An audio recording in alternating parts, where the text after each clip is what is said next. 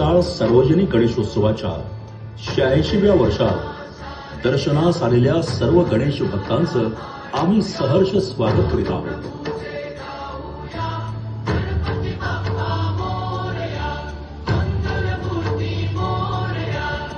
यावर्षी आम्ही कर्नाटक राज्यातील गोकर्ण महाबळेश्वर या तीर्थक्षेत्राच्या निर्मितीची कथा आपल्या समोर सादर केली आहे.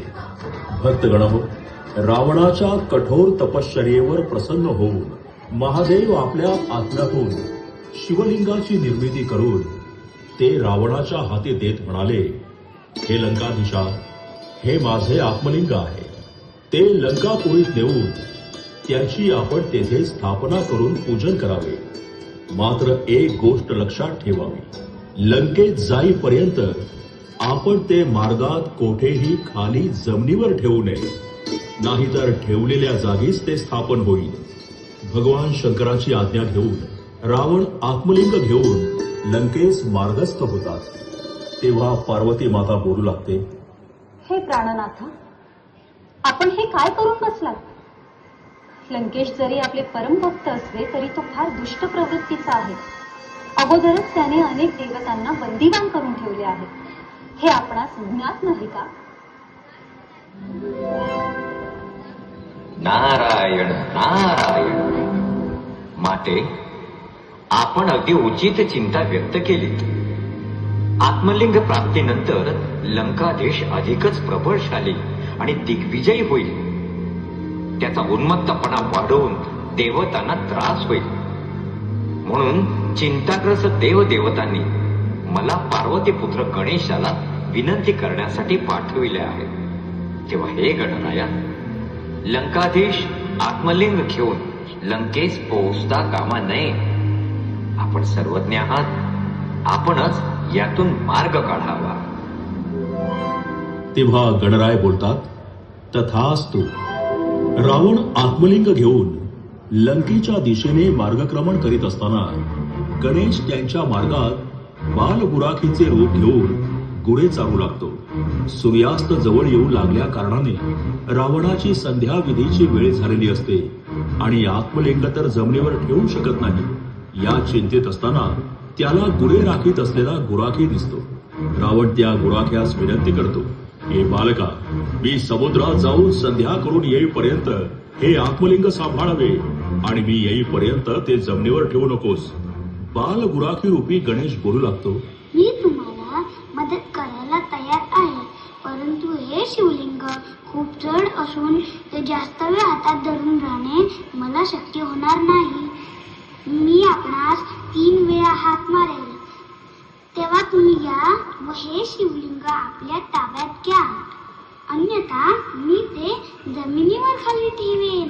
गुराख्याचे म्हणणे मान्य करून रावण संध्येस निघून जातात. इकडे रावण गेल्याचे पाहून रावणाची संध्या सुरू असताना गणेश घाईघाईने रावणास 3दा हाक मारतो आणि रावण शिवलिंग खाली ठेवू नकोस असे हाताने खुणावीत असताना सुद्धा हातातील शिवलिंग जमिनीवर ठेवून देतो. त्यामुळे रावण प्रचंड क्रोधित होतो. गणेशाने चातुर्याने देवतांना दिलेले आश्वासन पूर्ण केल्याने सर्व देवता आनंदाने श्री गणेशावर पुष्पवृष्टी करून बोलतात, पार्वती पुत्र गणेशाचा जय जयकार असो.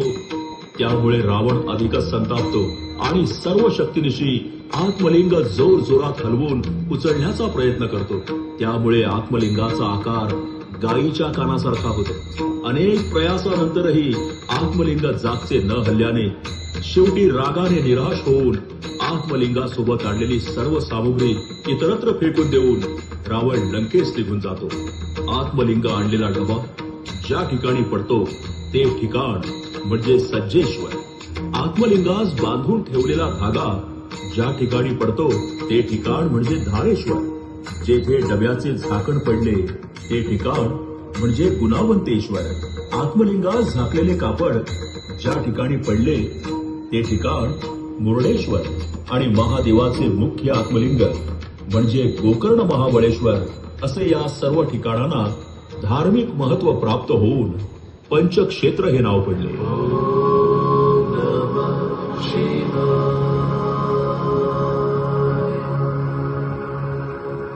Om Namah Shivaya.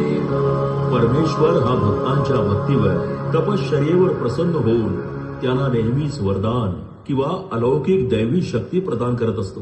पण त्याच दैवी शक्तीचा, वरदानाचा उपयोग जगाच्या कल्याणासाठी, सत्कर्मासाठी न करता अहंकाराने जर कोणी दुरुपयोग करणार असेल तर त्याची जाणीव भगवंताला असते. म्हणून दिलेली दैवी शक्ती, वरदान, आशीर्वाद हिरावून घेण्याचाही तो त्याच वेळी बंदोबस्त करत असतो. कारण त्याला समस्त सृष्टीला विनाशापासून वाचवून समतोल राखायचा असतो. म्हणून ईश्वर सेवा ही नेहमीच निस्वार्थ भावनेने करावी. धन्यवाद.